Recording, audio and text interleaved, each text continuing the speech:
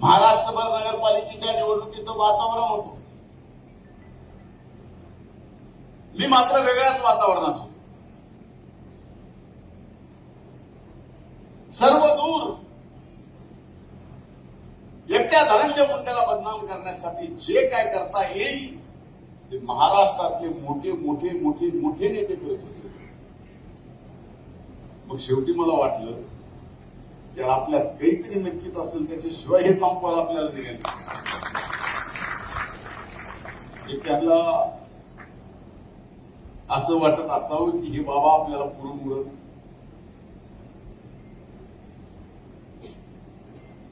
तशा परिस्थितीत एवढं वातावरण social media, electronic media, print media, युट्यूबचे चॅनल एवढं भान केलं.